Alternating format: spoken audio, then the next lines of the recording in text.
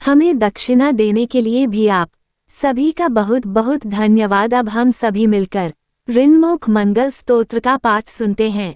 श्री ऋन्मुख मंगल स्तोत्र पाठ। मंगल देव को है इस स्तोत्र के पाठ से कर्ज से मुक्ति मिलती है, आर्थिक समस्याएं दूर होती है। इस स्तोत्र में मंगल देव जी के सभी 21 नामों का वर्णन मिलता है। मंगल देव का संबंध हनुमान जी से है और हनुमान जी सभी प्रकार की समस्याओं से छुटकारा दिलाने वाले देवता माने जाते हैं। ऋन्मुख मंगल स्तोत्र का पाठ जो भी मनुष्य करता है उस पर मंगल भगवान प्रसन्न होकर उसे धन धान प्रदान कराते हैं। वो मनुष्य कुबेर भगवान की तरह धन संपत्ति का स्वामी बन जाता है।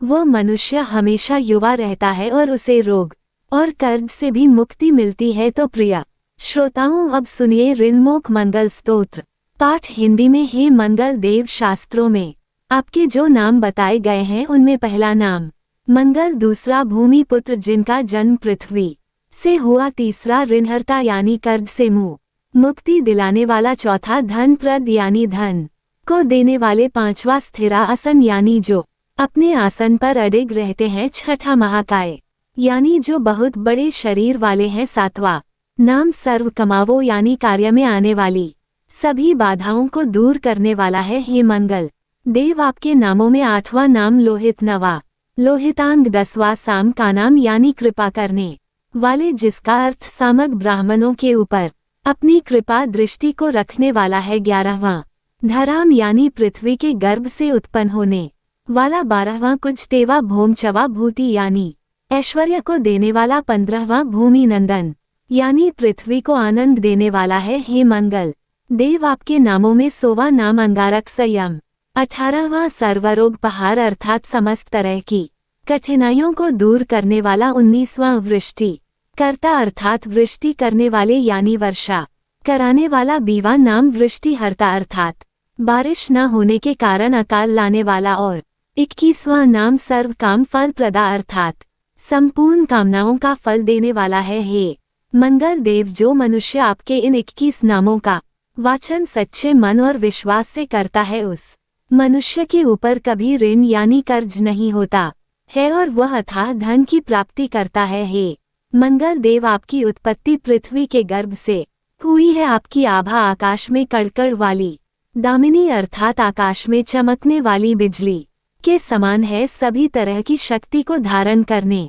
वाले कुमार मंगल देव को मैं नतमस्तक होकर प्रणाम करती हूँ। हे मंगल देव, आपके मंगल स्तोत्र का पाठ मनुष्य को हमेशा अपने मन में किसी भी तरह के विकार को दूर कर और अपनी पूर्ण श्रद्धा और आस्था के साथ करना चाहिए। जो भी मनुष्य इस मंगल स्तोत्र का पाठ करता है और दूसरों को सुनाता है, उसके सभी कष्ट दूर हो जाते हैं। हे अंगारक अर्थात अग्नि की ज्वाला से जलने वाले, महाभाग्य ऐश्वर्यशाली भक्तों के प्रति वात्सल्य यानी प्रेम रखने वाले, आपको हम नतमस्तक होकर प्रणाम करते हैं। आप हमारे ऊपर किसी दूसरे से लिया हुआ उधार को पूर्ण करवा कर्ज को हमेशा के लिए दूर कर दीजिए। हे मंगल देव, मेरे ऊपर किसी दूसरे का कोई बकाया हो तो उसे समाप्त कर दीजिए, किसी भी तरह की व्याधि हो तो उसे भी दूर कीजिए। हे मंगल देव, मेरी गरीबी को दूर कर अकाल मृत्यु के भय को दूर कीजिए। मुझे किसी भी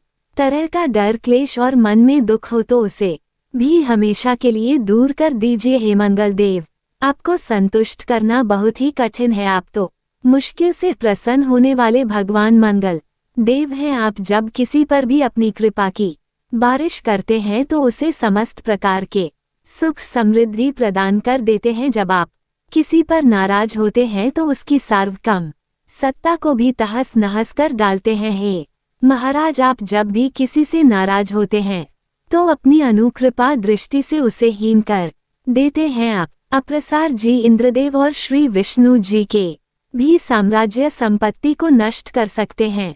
फिर मेरे जैसे साधारण मनुष्य की तो बात ही क्या है। प्रभु, आप सबसे शक्तिशाली और सबसे बड़े राजा हैं। हे भगवान, मैं आपसे प्रार्थना करती हूँ कि आप मुझे संतान के रूप में पुत्र प्रदान करें। मैं आपके द्वार पर आई हूँ, आप मेरी मनोकामना को पूर्ण करें।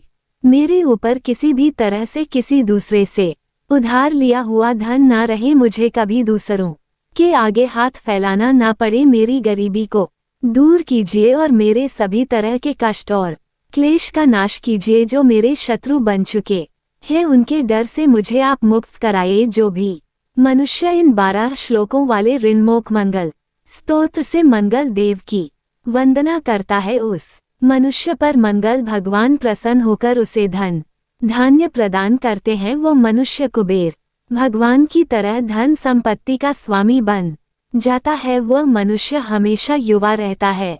श्री ऋणमुख मंगल स्तोत्र के उच्चारण मात्र से मनुष्य को किसी भी तरह के कर्ज से मुक्ति मिल जाती है। अगर कोई मनुष्य अपने जीवन काल में अपनी आवश्यकताओं की अपनी कामनाओं की पूर्ति के लिए किसी दूसरे मनुष्य से कर्ज लिया होता है और किसी कारणवश कर्ज चुका पाने में असमर्थ हो जाता है, तो उसे ऋणमुख मंगल स्तोत्र का पाठ करना चाहिए। कर्ज में डूबे हुए मनुष्य इस ऋणमुख मंगल स्तोत्र का जाप श्रद्धा और विश्वास के साथ से नियमित रूप से करता है तो उसे कर्ज से मुक्ति मिल जाती है। ऋणमुख मंगल स्तोत्र पाठ समाप्त। सभी मिलकर प्रेम से बोलिए मंगल देव की जय। अब सुनिए ज्येष्ठ मास महात्म में आगे की कथा। कल के अध्याय में आपने जाना था भगवान सूर्य नारायण की किरणों के नाम और उनके महत्व के बारे में।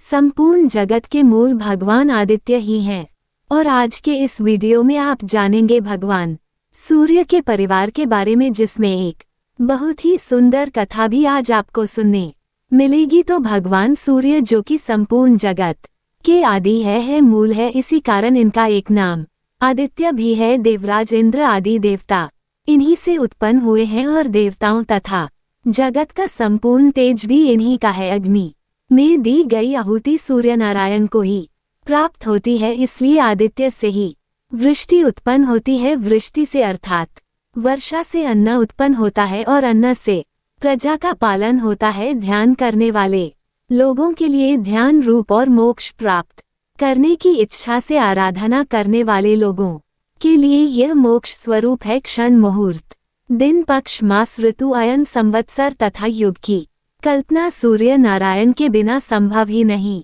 है। काल नियम के बिना अग्निहोत्र आदि कर्म नहीं हो सकते। ऋतु विभाग के बिना पुष्प फल तथा मूल की उत्पत्ति संभव नहीं है और उनके न रहने से तो संपूर्ण जगत के व्यवहार ही नष्ट हो जाएंगे। सूर्य नारायण के सामान्य 12 नाम इस प्रकार है। आदित्य सविता सूर्य मेहर अर्क प्रतापनगर भानु चित्रभानु दिवाकर और रवि विष्णु धाता भग पूषा मित्र इंद्र वरुण अर्यथा अंशुमान त्वष्टा और पर्जन्य ये 12 आदित्य हैं। चैत्र आदि 12 महीनों में ये 12 आदित्य उदित रहते हैं। चैत्र मास में विष्णु, वैशाख मास में षड में अंशुमान, श्रावण में पर्जन्य और भाद्रपद में वरुण, अश्विन में इंद्र, कार्तिक में धाता, मार्गशीर्ष में मित्र, पौष में पूषा, माघ में भग और फाल्गुन में त्वष्टा नाम के आदित्य तपते हैं। उत्तरायण में सूर्य किरणें वृद्धि को प्राप्त करती है और दक्षिणायन में वो किरणें वृद्धि घटने लगती है। इस प्रकार सूर्य किरणें लोको उपकार में प्रवृत्त रहती हैं। जैसे स्फटिक में विभिन्न रंगों के प्रविष्ट होने से वो अनेक वर्णों का दिखाई देता है, जैसे एक ही मेघ आकाश में अनेक रूपों का हो जाता है और गुण विशेष से जैसे आकाश से गिरा हुआ जल भूमि के रस वैशिष्ट्य से अनेक स्वाद और गुणों वाला हो जाता है। जिस प्रकार एक ही अग्नि ईंधन भेद के कारण अनेक रूपों में विभक्त हो जाती है और जैसे वायु पदार्थों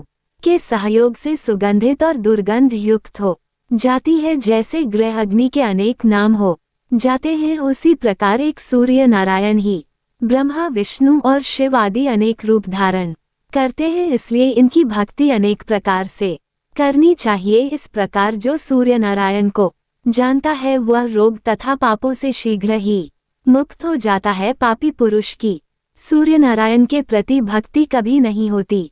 इसलिए हे तुम सूर्य नारायण की आराधना करो, जिससे तुम इस भयंकर व्याधि से मुक्त होकर सभी कामनाओं को प्राप्त कर लोगे। अब जानिए भगवान सूर्य के परिवार के बारे में।